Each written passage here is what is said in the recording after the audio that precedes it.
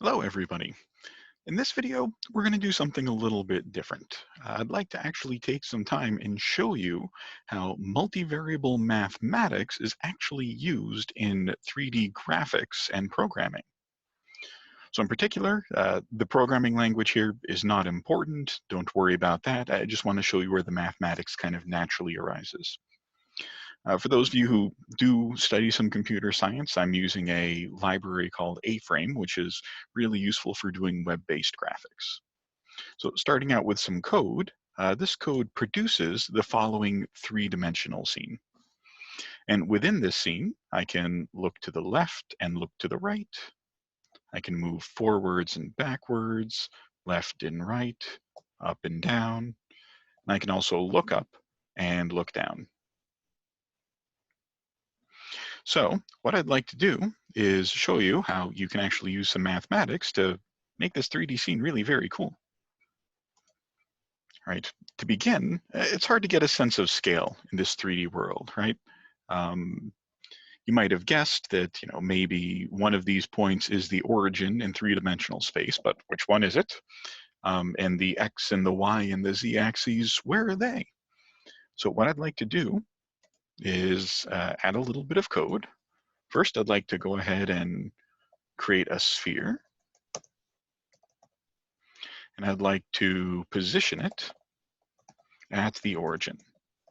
So here inside the quotation marks are its X, Y, and Z coordinates. And let's give it a color. Let's make it red. All right, now heading back to my 3D scene and refreshing. Hey, there we go. There it is. Right, we have a nice red sphere right here. I might want to shrink it down just a little bit so I can change the radius of this sphere. I'll set the radius equal to something relatively small, maybe 0.2. And I'd like to change the color also. Maybe I'll make the color a nice shade of violet. Even the creation of a 3D sphere in computer graphics is pretty cool. The equation for a sphere is x squared plus y squared plus z squared equals 1, kind of like the unit circle, except that would be a unit sphere because of the addition of a z coordinate. X squared plus y squared plus z squared equals 1. If I want to create a different sphere with a different radius, as I've indicated here, on the right-hand side of that equation, it's really the radius squared. So the equation of this sphere is x squared plus y squared plus z squared equals 0.2 squared. And then the computer goes ahead and calculates a series of points which lie on that sphere and connects them with different triangles or quadrilaterals to give us that 3D object that we see on the screen. And there's equations being processed in the background here. If I refresh that, excellent. Got myself a 3D sphere. Next, because this is a math class, or at least this is a mathematically inspired video, I'd like to go ahead and create an X, a Y, and a Z axis. And I'll maybe do that with some cylinders.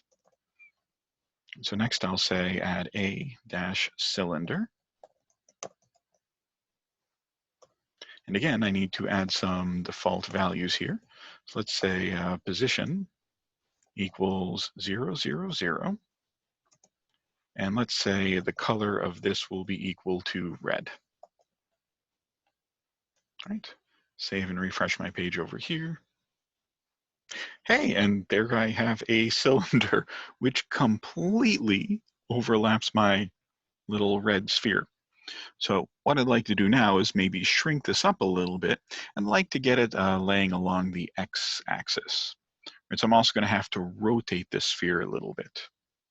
One step at a time. First, let me change some of the parameters of the cylinder. Let's say in this case, the radius is equal to, let's make that 0.1, so it's relatively thin. And the height, maybe let's make that, let's say 10 units. And again, we need to know the equations of a cylinder, or at least the computer needs to know the equations of a cylinder to check what points are on it. The equation of a cylinder is very interesting. In this case, the equation would be something like x squared plus y squared equals radius squared. Let's think about that for a second. The equation of a sphere and the equation of a cylinder are very similar. Let me go ahead and just write those in here. So the equation of a sphere is x squared plus y squared plus z squared equals the radius squared, whereas the equation for a cylinder is equal to x squared plus y squared is equal to r squared. The one thing you might notice about the equation of a cylinder is that there's no z component. It looks like the equation of a circle of radius r. And sure enough, if you were to graph this in a two-dimensional plane, this would be the equation of a circle of radius r. But if you think of this as a 3D equation, z is what we would call a free variable, meaning you can take any value that it wants at all. For any value of z, z equals 1, z equals 2, z equals 3, the cross-section of this shape is a circle. And sure enough, that's what a cylinder actually is. It's a sequence of circles, which is just stacked along one axis. Right? In particular, I'd like this to have a radius of 0.1. In theory, a cylinder could go on forever, and technically a mathematical cylinder does exactly that. But in computer graphics, that'd be a waste of time to draw something that goes off to infinity.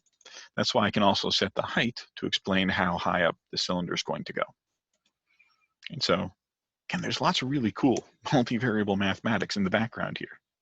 So saving this, we should see, after I refresh, a slightly different version here. Yep. And then we have a nice, think of that as that's eventually going to be lying along the x-axis. What I'd like to do is kind of rotate this so it lies horizontally in the plane to give us kind of a sense of orientation. Right? As we move around and turn, I'd like to get an idea of how we're oriented in space.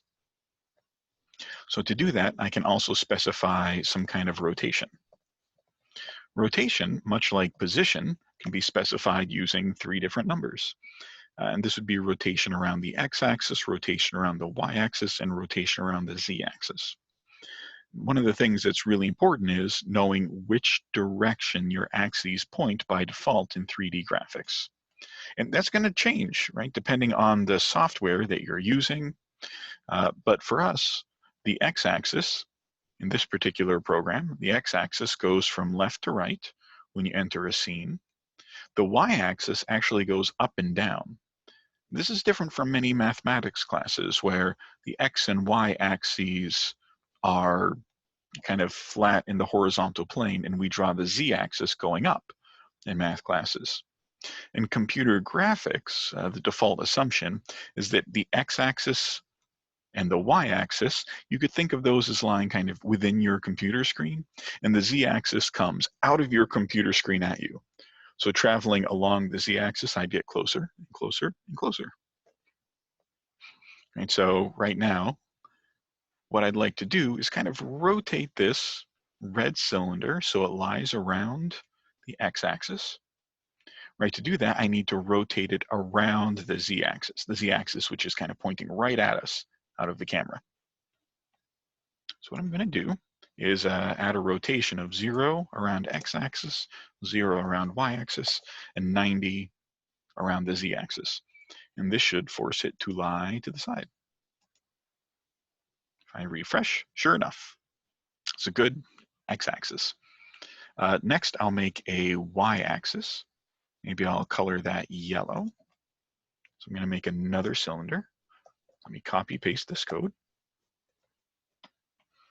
So this next one will be yellow. And the rotation here, I don't want to rotate it at all. So now if I go ahead and refresh, there we go. It looks a little bit strangely colored. That's because of shadow effects, but that is actually yellow color. And next, maybe I'll make the z-axis in blue. That'll be coming straight out at us.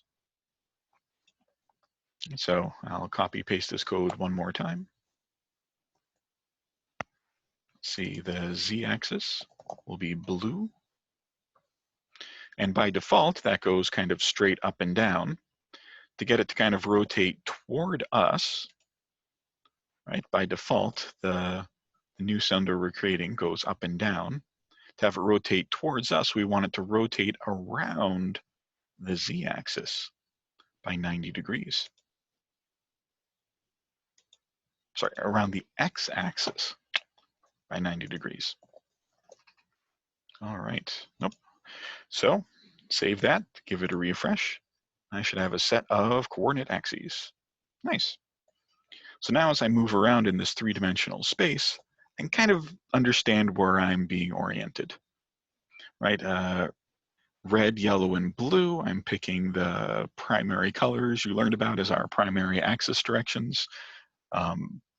Those people working in computer graphics might prefer red, green, and blue. But I'm going to use red, yellow, and blue for today.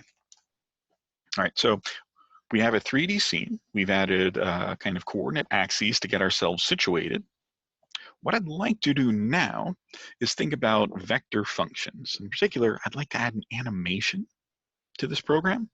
So I'm going to add a 3D model. Right, so let's see. This will be an A entity.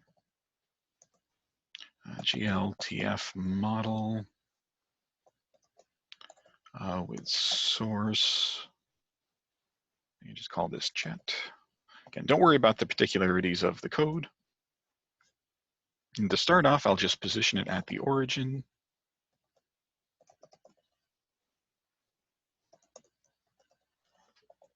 All right, let's go ahead and give that a run to see if that code takes. Let's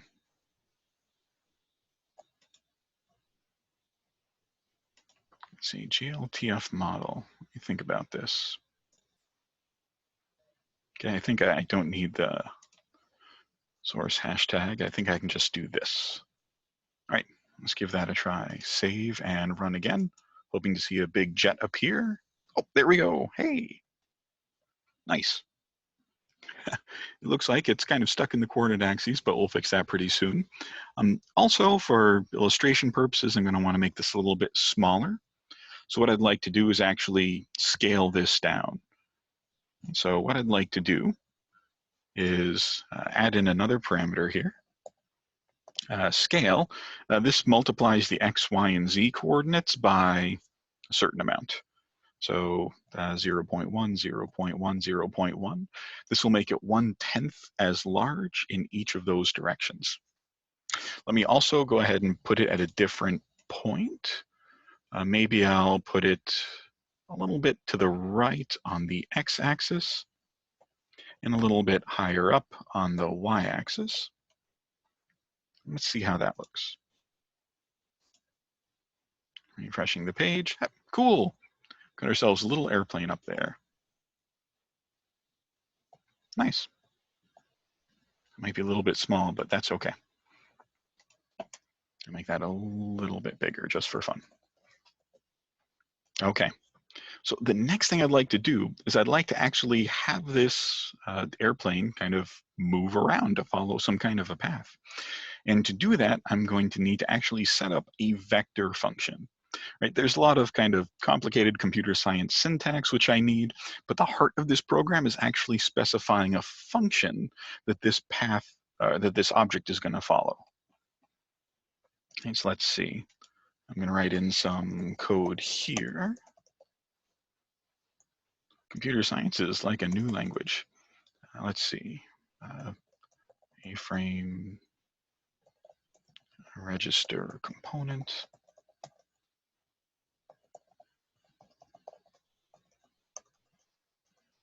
All right, and I need to give it some functions.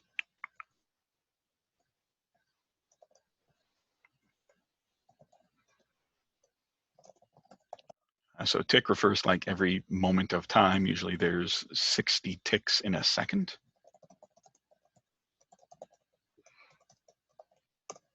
And this is a computer science function here. There's kind of two different kinds of functions we're really interested in. There's the kind of computer science style, which tell the code to run. And within that, I'm going to use a very mathematical expression. So what I need to do is I need to figure out, let's see, I've got a jet down here. Let's give this an ID so I can refer to it later. I'll call this the jet model. And up here, let's see, I'm gonna grab a reference to that. Let jet model equal document get element by ID.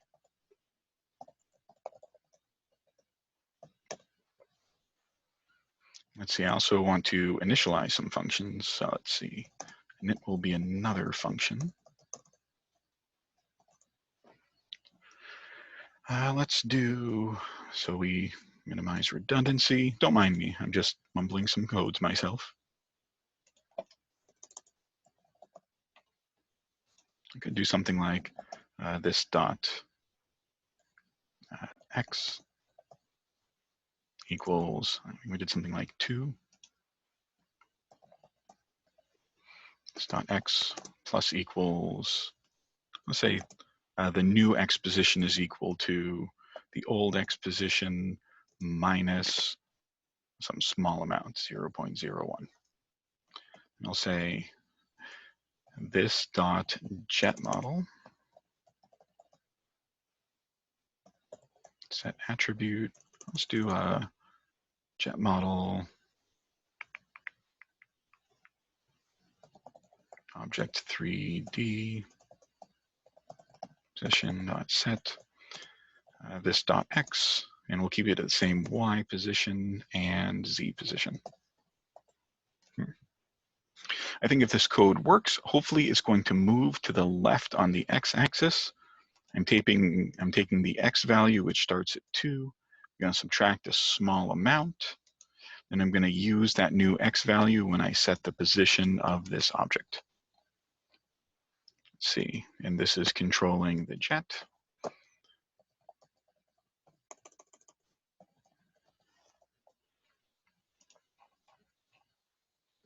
In fact, since I'm attaching this here, I could say this element to which it is attached. All right, give this a run. Worst case scenario, it doesn't work and I have to check my syntax, but see if it goes to the left. Hey, look at it go. It's not a natural way for jets to fly at all. But sure enough, you can see that it's moving to the left along the x-axis. Very cool. All right, so if you want to have your computer graphics move in a straight line, you can just add or subtract from the x, the y, and the z coordinates. It's pretty straightforward, but maybe you want to have it move in a more complicated pattern.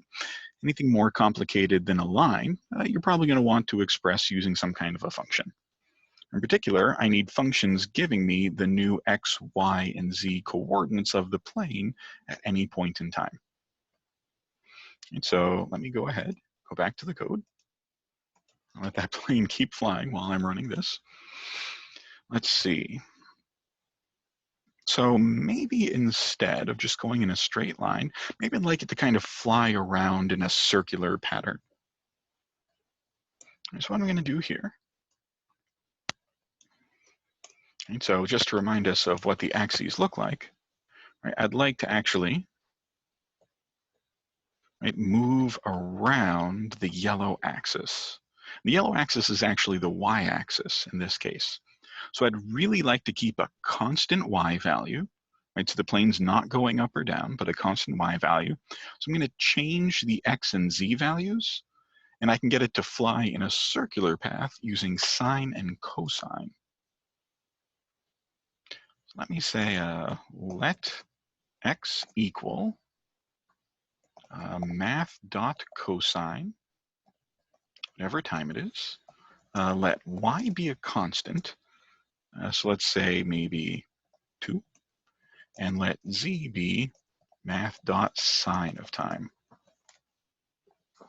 And so what this equation expresses, right, if this was a vector function, I might write it like f of t is equal to cosine of t, comma 2, comma sine of t. Again, computer code is written slightly differently. Again, basically, this is what I'm trying to accomplish right here. Now, this path, well, it describes a unit circle. Right? So that's going to be a tight, small loop around the origin. Also, we might notice that how long is it going to take the plane to go around one time? In other words, how many radians are there in a full circle? The other thing we have to be careful about, and the answer to that question is that it should take about 6.28 seconds for it to travel around in a full circle. The last piece of information we really need is how quickly is time passing? Or more specifically, we know how quickly time is passing. What units are being measured? Right? What are the units of time? Is time being measured in seconds or minutes? Well, this is a computer, and computers are pretty precise. So time is actually measured in milliseconds. Right? So what I'm actually going to do is I'm going to let t equal time divided by 1,000. Because I'd like to put in a little commentary here. I'd like to convert time in milliseconds to t, which is measured in just seconds. Then here in my functions, I'll actually use t rather than the time variable, which is stored in milliseconds. Right, but again, we got a little bit of a math function here. And if, fingers crossed, this goes according to plan, we should see a plane traveling around the y-axis once every 6 seconds. All right, very excited. Let's give this a try. I don't see anything. Let's take a look at this real quick. Oh, if I change the code in one place, I've got to change it everywhere. So here, instead of saying this.x, I'm going for the slightly simpler notation of just x. So the reason that didn't work is I removed the this.x from before. So now, okay, we're going to set the position of this 3D object according to the values of the variables x, y, and z, which I define, these 3 lines of code. All right, let's give that a try. Cool. There's our plane. Let me move up and kind of look down. In fact, let me go ahead and fly up here. I'll look kind of further down here. Excellent, we've got a plane flying around the y-axis. Again, I know I've ridden on a plane. This is not the way the planes move. Pretty soon we're going to also try to change the rotation as well. But the really cool thing here is that we're using a math function. We're using a vector valued function to describe the motion of an object in space. All right, and for instance, if I wanted to make this move in a slightly larger circle, what do I need to do? Well, I'm going to need to multiply the x and the z coordinates by some number. So I could do something like maybe 3 times and 3 times. I want it to stay at the same height, so I'll leave y equals 2. Actually, so we can see it a little better, maybe y equals 1. Right, this should give us a much larger circle. Let's save and give this a run. Hey, there it goes. Very cool. All right. If we want to get a little bit fancier, maybe it's not going to go just in a circle like that. Right now we have y set to a constant. We could also make the y value change over time. Maybe y will represent the height.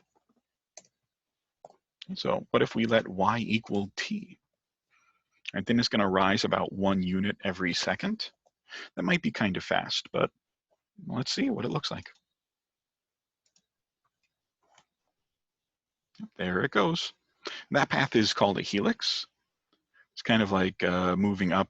It's kind of like tracing out the pattern of a spring, kind of like going up and around and around. Actually, that disappeared really fast.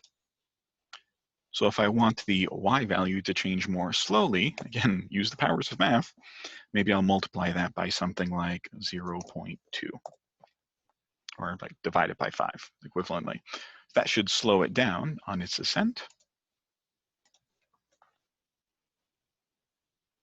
Okay, so it's still traveling around and around the y-axis, but notice it's still increasing in height.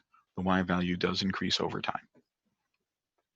Now, the very strange thing here is, again, planes don't fly like that. Most objects like to face the direction that they're moving in. So what I'd really like to do is calculate the angle that the plane is going at any point in time. We're going to use that to set the rotation here. So again, a little bit of mathematics goes a long way. What I'd basically like to calculate here is how much do we want to rotate around each one of the axes.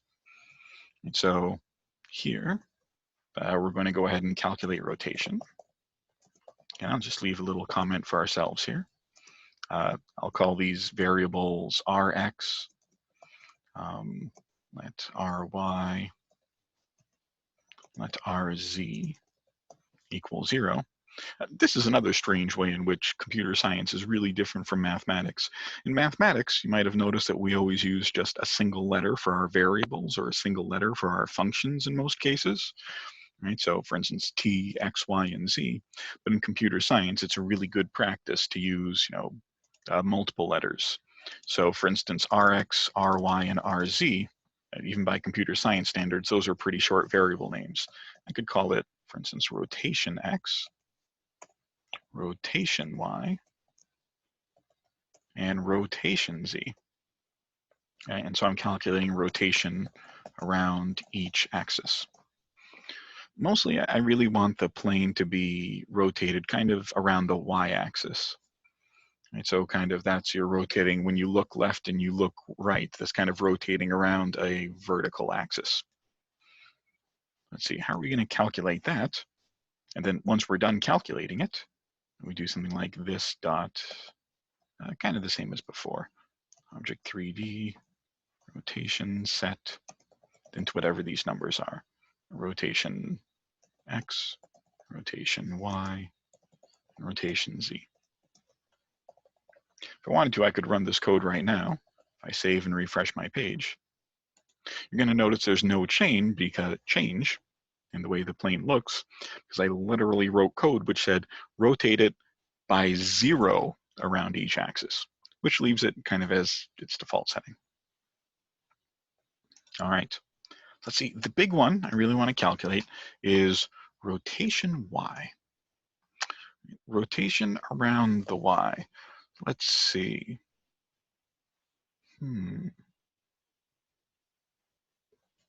So I want to calculate an angle. And you might remember to calculate angles, again, we often use trigonometry. So let's see, maybe I'll try to start up a whiteboard here.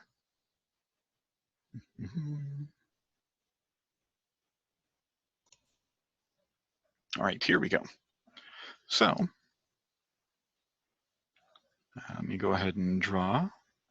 Here's the x-axis and the y-axis. This is a normal kind of 2D calculus, right? If I'm at some point AB, right, and I'm following along some kind of a path right here, I know I can use some trigonometry here, right? This is really messy. Let's see. Try to straighten that out a little bit. So imagine that this is a straight line, if you will. This is also a straight line. Let me change some colors here. So hopefully,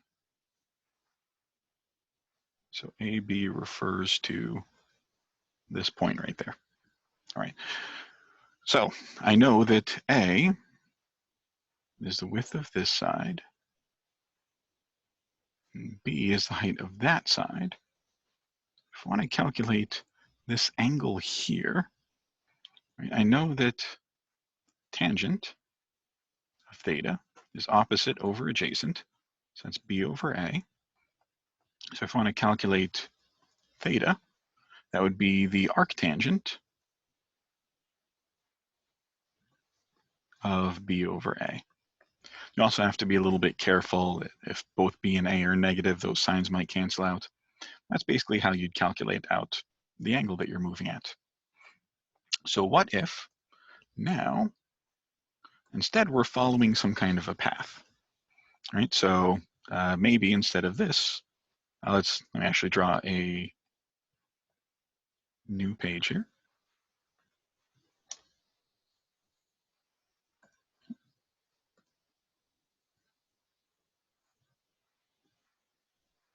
Let's say we're now following some kind of a vector function.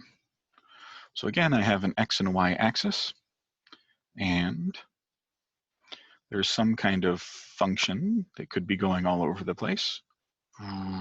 It could double back on itself, do all sorts of things. And so this, wow, if your airplane is flying like this, you picked the wrong plane. Now this is the function vector f of t, which can be specified with two functions. Let's call them f1 of t and f2 of t.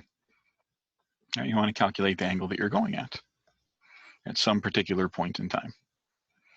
Right, so how would we calculate the angle that we're going at right here?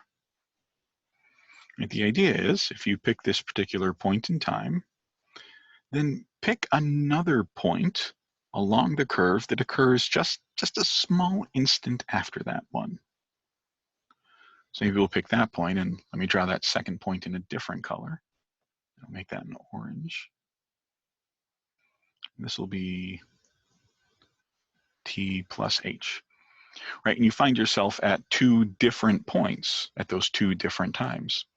Then go ahead and draw a vector between those 2 points. And maybe I want to change colors again. I draw a vector that passes through those 2 points. Right? And I'll call that vector, I don't know, I'll call that vector v.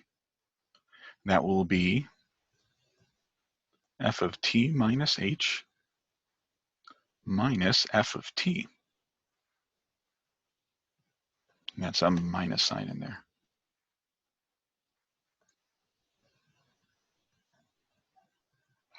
And so that'll give us our vector. And in theory, you might have noticed that this actually looks a lot like the definition of the derivative. All I have to do is divide by h. Right, but I don't really need the instantaneous rate of change. I'm doing a computer science trick. I'm just going to pick h to be really, really small. It's going to be okay. And then I'll have some vector which describes the direction in which I'm going. Remember, directions measure change in position. Right? And then the angle that I'm facing at is going to be the angle that this vector, which I've called v, makes with the x-axis. Right, so I want to calculate the angle of this vector. Whatever angle that makes is the angle at which I want to rotate my plane, right, to get a good 3D graphics kind of thing. Now, in our application, right, think of this as kind of a top-down view, right? We're rotating around the y-axis in this case. So for our application, we can really think of these axes as z and x, right? So far, we've been really looking at a camera going down the z-axis. We can think of the x-axis as kind of coming out of the screen at you. No, not the x-axis, what am I saying? The x-axis is pointing up from this particular diagram. This is the y-axis. So again, one of the trickiest parts about 3D graphics is really visualizing where we are. Again, imagine this as our 3D scene, right? Specifically the 3D scene where we had our x-axis in red, right? And then we had our y-axis in yellow, and so that's coming right up at you. And then our z-axis was in blue.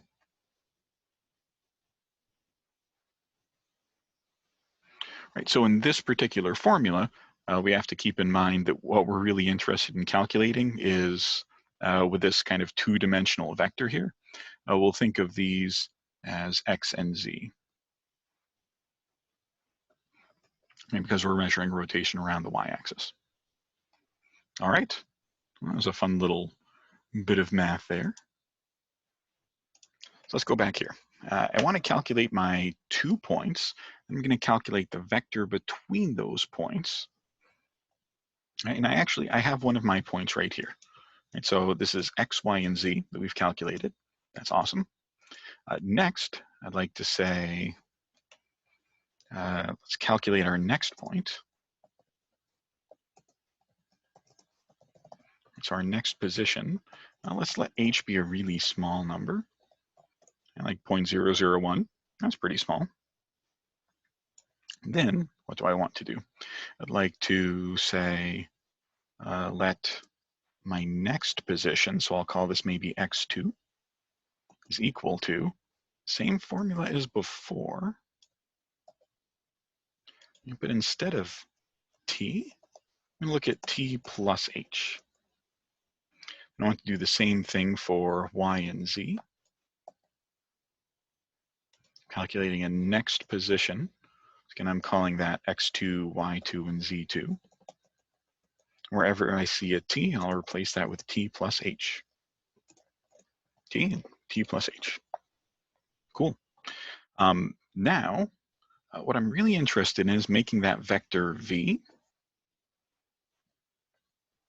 Right, so we'll calculate a vector for the change in position. And I'll call that vector maybe v.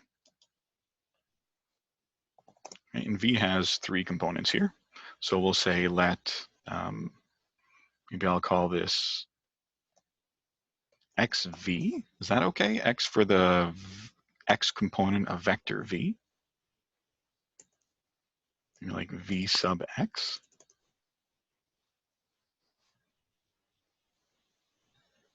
And we'll do vx. Okay, good. Not that it matters, as long as you understand it. All right, so vx is going to be x2 minus x. Let vy equal y2 minus y. And let vz equal z2 minus z. Right, you might remember that we calculate a vector between 2 points by subtracting one from the other. All right, now that we've got that, the next step is to calculate that angle. And remember, we're interested in using the x and z components so we can get rotation around the y-axis. And so we need to calculate the arctangent. Right, in our before, let me head back to that slide really quick. Right, before, when we were calculating angles between things, right, we had a and b. In this case, a and b correspond to the vector components in the x and z directions. So again, think of us as looking down. Why am I doing this when I can just erase? I'm just making a mess. Right, so again, for perspective, think of this as the z-axis, and this as the x-axis, and this as the y-axis. Right, so what I'd like to really do here is say, this A component right here, that's really our vector z component. So that's our z2 minus z. And over here, the b component, think of that as our change in x. So that was our x2 minus the previous x. And then I'll just plug those values into this formula. All right, so to figure out the rotation, you need to calculate the arctangent. The way I'm going to do that, again, there's some computer code here. Let's see, I'm going to use VZ, VX, and VZ. All right. So again, let's give this a try. Worst that could happen is that the plane continues to look funny as it rotates. But as it turns out, we're pretty good at math, so it looks just fine. So at this point, the plane is actually facing the direction it's going in. We've used our multivariable mathematics skills to come up with an equation which explains how it's rotating around. That's pretty cool. All right, and that's all there is to it. Thanks for listening.